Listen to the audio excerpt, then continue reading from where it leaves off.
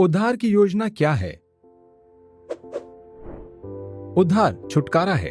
विश्व के सभी धर्म शिक्षा देते हैं कि हमें छुटकारा प्राप्त करना है, परंतु प्रत्येक की समझ इस बात पर अलग है कि हमें किससे छुटकारा प्राप्त करना है, हमें क्यों छुटकारा प्राप्त करना है और छुटकारे को कैसे प्राप्त किया जा सकता है या ये कैसे उपलब्ध हो सकता है।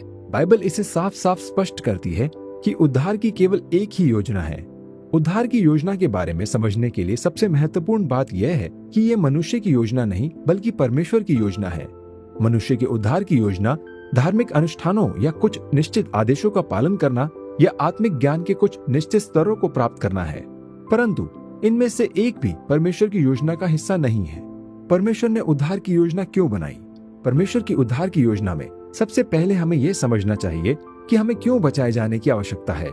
सीधे शब्दों में कहें तो हमें बचने की आवश्यकता इसलिए है क्योंकि हमने पाप किया है। बाइबल कहती है कि सबने पाप किया है। पाप परमेश्वर के विरुद्ध विद्रोह है। हम सभी सक्रिय रूप से गलत बातों को करने का विकल्प चुनते हैं।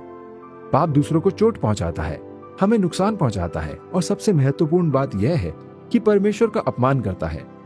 बाइबल यह भी सिखाती है कि क्योंकि परमेश्वर पवित्र और धर्मी है, इसलिए वह पाप को दंड दिए बिना नहीं छोड़ सकता है।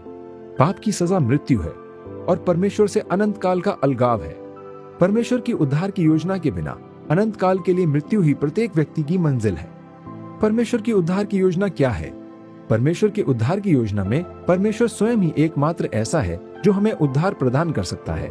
हम अपने पाप और उसके परिणामों के कारण स्वयं को बचाने में पूरी तरह असमर्थ हैं। परमेश्वर यीशु मसीह के व्यक्तित्व में मनुष्य बन गया।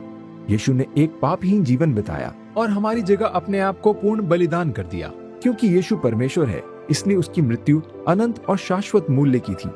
क्रूस पर यीशु की मृत्यु ने पूरे संसार के पापों के लिए मूल्य चुकाया। उसके पुनरुत्थान से पता चलता है कि उसका बलिदान वास्तव में पर्याप्त था और उद्धार अब उपलब्ध है। हम परमेश्वर की उद्धार की योजना का हिस्सा कैसे बन सकते हैं?